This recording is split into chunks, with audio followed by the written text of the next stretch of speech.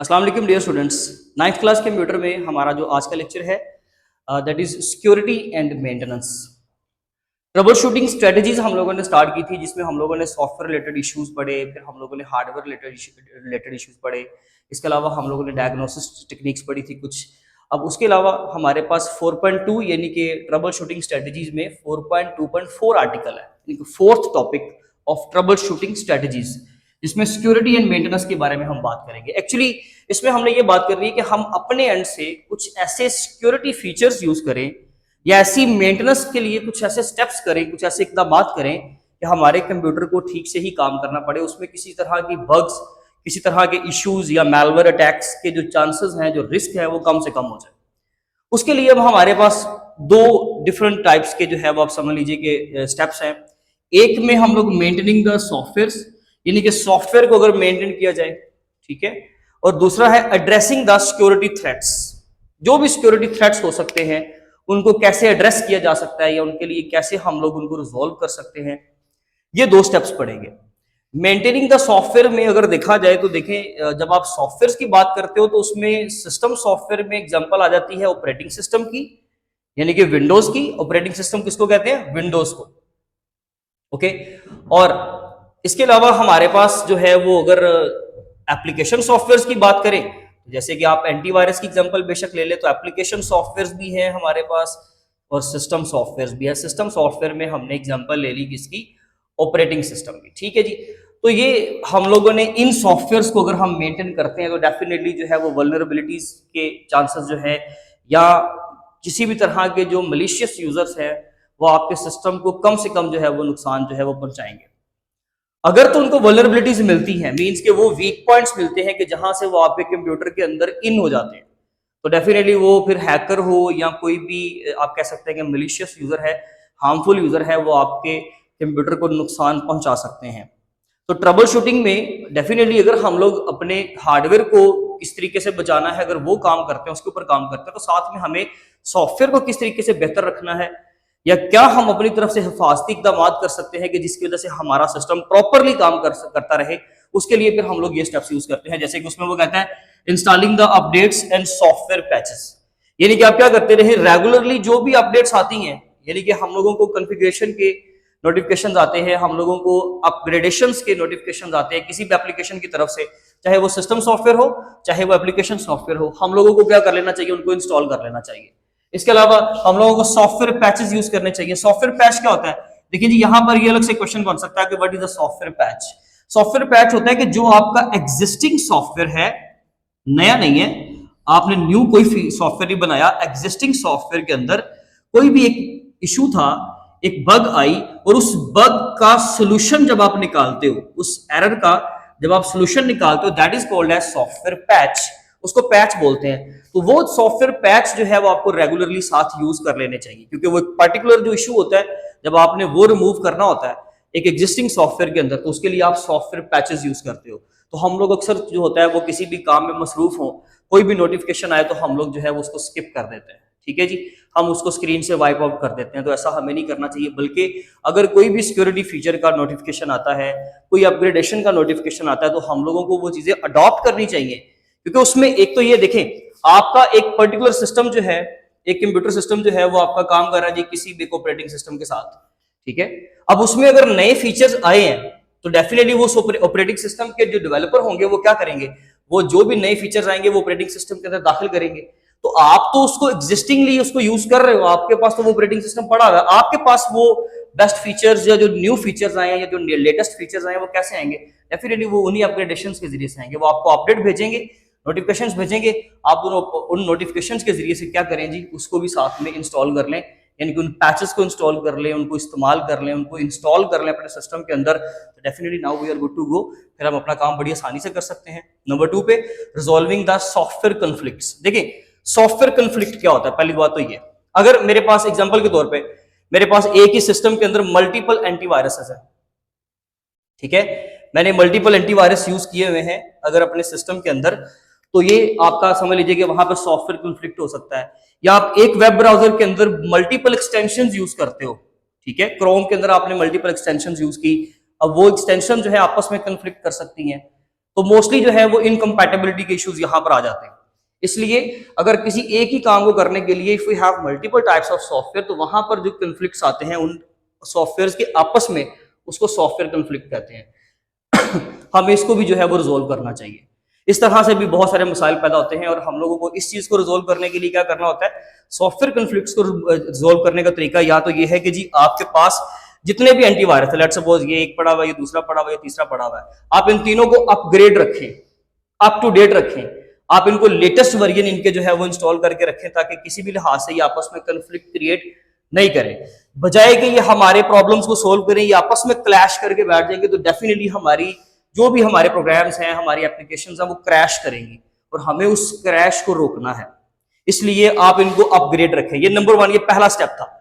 Number 2 पे हम क्या कर सकते हैं जी, नंबर 2 पे हम ये कर सकते हैं कि हम लोग जो है इनमें से जो अननेसेसरी है, हमें लगता है कि जी जो मुझे एक इनमें से रिमूव कर देना चाहिए, तो अगर मेरे पास 3 पड़े हुए, मैं कोई से भी 2 रिमूव कर देता हूँ, एक को इस्तेमाल कर लेता हूँ। तो इस तरीके से हमें सॉफ्टवेयर कन्फ्लिक्ट्स को भी रिमूव कर जो है वो रिजोल्व करना होता है। या तो जो चीज काम की है उसको इस्तेमाल कर ले, जो सॉफ्टवेयर आपके काम का है आप उसको इस्तेमाल करें, अपने कंप्यूटर में उसको इंस्टॉल्ड रखें, दूसरे को आप निकाल दें। नंबर 2 पे अगर आपके पास मल्टीपल सॉफ्टवेयर हैं तो ठीक है, आप उनको अपने सिस्टम में इंस्टॉल रखें, लेकिन फिर अप टू डेट करें।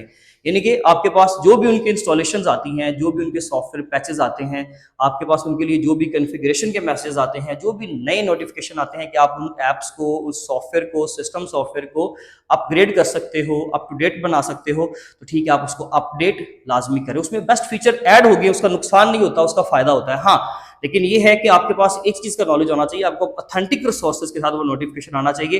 किसी भी अननाउन जो है वो, लेट्स सपोज ईमेल से आपको एक लिंक आता है, वो कहते हैं कि जी आप इसको फलां सॉफ्टवेयर को आप एडिट करने के लिए या अपडेट करने के लिए इस लिंक को ओपन करें, तो ये हमें नहीं करना, क्योंकि हमें इस तरीके से ईमेल नहीं आते। ठीक है, हमें करंटली जब हम उस सॉफ्टवेयर को यूज कर रहे होते हैं, रियल टाइम पे हमारे कंप्यूटर की स्क्रीन के ऊपर नोटिफिकेशन शो हो जाते हैं, हमें उसको इस्तेमाल करना चाहिए। या फिर दूसरा तरीका ये होता है, आपने एक अगर ऐप प्ले स्टोर से अगर इंस्टॉल की है, तो प्ले स्टोर पे जाएं, उस ऐप का नाम निकालें और वहां पर जाके भी आप उसको अपडेट कर सकते हो। या अगर आप लोगों ने स्टोर, जो हम कंप्यूटर में फीचर यूज करते हैं, जो हम कलेक्शन ऑफ सॉफ्टवेयर यूज करते हैं, आप उस स्टोर पे जाएं, आप उस ऐप का नाम लिखें, जो भी आप एप्लीकेशन सॉफ्टवेयर यूज कर रहे हो या जो भी आप सिस्टम सॉफ्टवेयर यूज कर रहे हो, आप उसके मैन्युफैक्चरर की जो वेबसाइट के ऊपर जाएं और वहां से देखें कि अगर उसके लिए कोई भी नोटिफिकेशन आया हुआ है, अगर उसके लिए कोई भी अपग्रेडेशन के लिए कोई हमें मैसेज आया हुआ है, तो हम उसको इस्तेमाल करेंगे।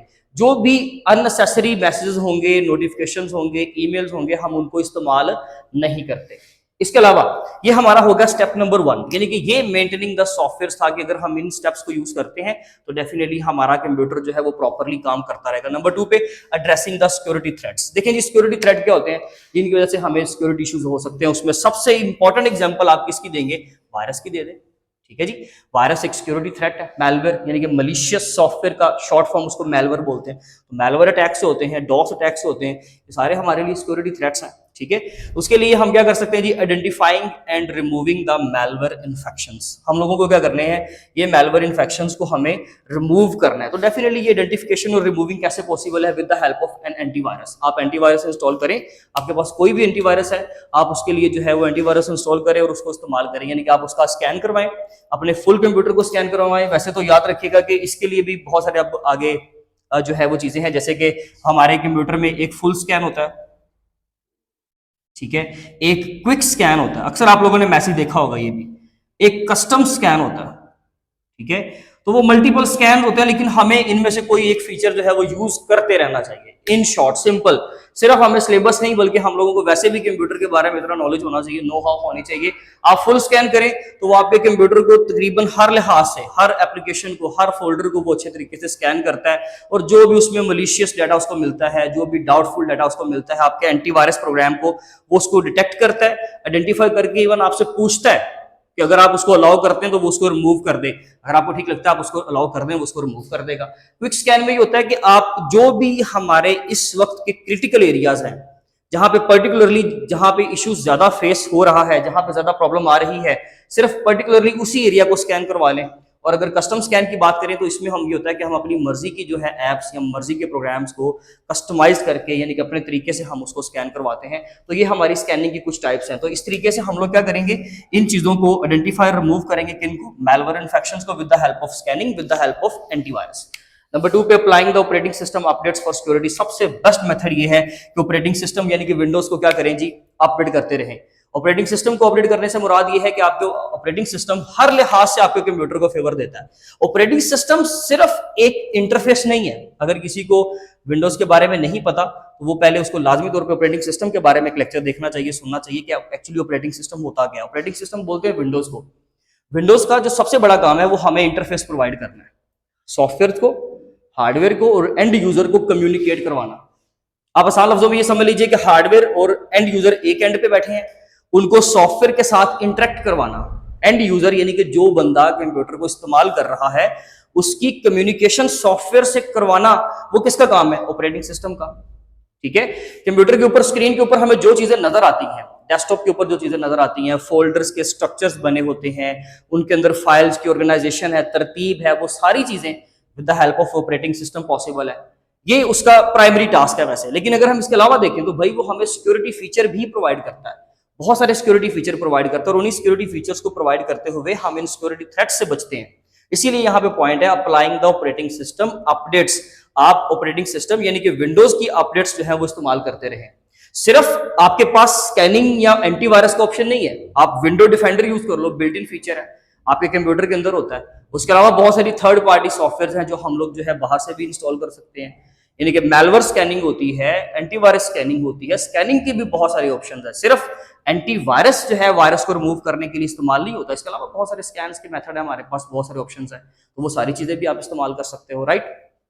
खैर, इसके अलावा creating and managing the strong password. देखिए जी, ये हम अपने एंड से कर सकते हैं कि हम लोग अगर लेट्स सपोज कोई ऑनलाइन अकाउंट बनाकर बैठे हुए हैं, हम किसी भी चीज का कोई ऑनलाइन एप्लीकेशन यूज कर रहे हैं, तो उसको किसी भी तरीके से, किसी भी तरह के प्रॉब्लम से, मैलवेयर अटैक से, मलिशियस अटैक से बचाने के लिए हम ये कर सकते हैं अपने एंड पे कि स्ट्रॉन्ग पासवर्ड यूज कर लें। स्ट्रॉन्ग पासवर्ड क्या होता है? जिसमें हम लोग, आपकी बुक में मेंशन भी है, उसके लिए हम लोग कलेक्शन ऑफ अल्फाबेट्स, आप उसमें अल्फाबेट भी यूज करें, आप उसमें नंबर्स या डिजिट्स भी यूज करें, इवन आप उसमें पंक्चुएशन मार्क या सिंबल्स या स्पेशल सिंबल जिसको बोलते हैं वो भी यूज करें। आसान लफ्जों में, जैसे कि मैंने यहां पर लिखा पाकिस्तान, तो ये पाकिस्तान किसी भी चीज का अगर मैं रखता हूं पासवर्ड, तो it is not a good password, it is not actually a strong password.